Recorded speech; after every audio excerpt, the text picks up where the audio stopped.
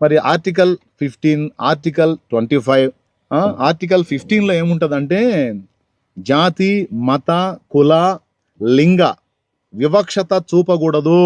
Article 15లో ఉంటుంది. Article 15. అలాగే article 25లో ఒకడు భారతదేశ పౌరుడు, ఏమంటే భారతదేశ పౌరుడు అంటే దళితుడు మినహాయించి అని లేదండి. ఏమండి, దళితుడు అని లేదండి. దళితుడు ఒక్కడే మినహాయింపని లేదండి. అంతరాత్మ ప్రబోధానుసారం ఒకడు తనకిష్టం వచ్చినటువంటి మతమును అవలంబించవచ్చు, దాని ప్రచారం కూడా చేసుకోవచ్చు అని ఆర్టికల్ 25లో ఉంది. అంతేగాని ఇదిగో ఈ మతం అధికారిక మతం, ఇందులోనే ఉండాలి, ఇందులో నుంచి పక్కకు పోతే మీకు హక్కులు వర్తించవు అనే అభిప్రాయాన్ని రాజ్యాంగంలో ఎక్కడ కూడా వెల్లడి చేయలేదు, ఏ ఆర్టికల్లో లేదు. మరి దేనాధారంగా ఇప్పుడు నేను 341 ఆర్టికల్ అంటే 341లో చెప్పబడిన దాని ప్రకారం మేము జడ్జిమెంట్ ఇచ్చామని సుప్రీంకోర్టు వారు సెలవిచ్చారు, గౌరవ సుప్రీంకోర్టు వారు.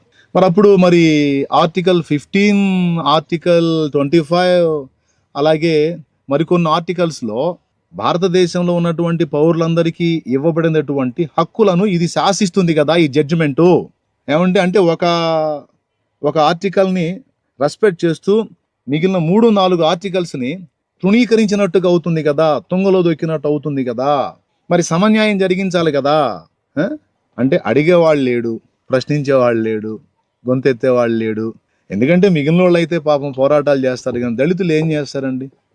దళితులు పాపం అనే వివక్షత అనేది ఎక్కడో పల్లెటూళ్ళలో అక్కడక్కడ ఉందనుకున్నాం, కానీ ఇది top to bottom to top అన్నదాకా చివరికి సర్వోన్నత న్యాయస్థానం దగ్గర కూడా ఇలాంటి వివక్షత కనబడటం మనకి చాలా గాయం కలిగించే విషయం. నాకైతే చాలా గాయం కలిగించింది.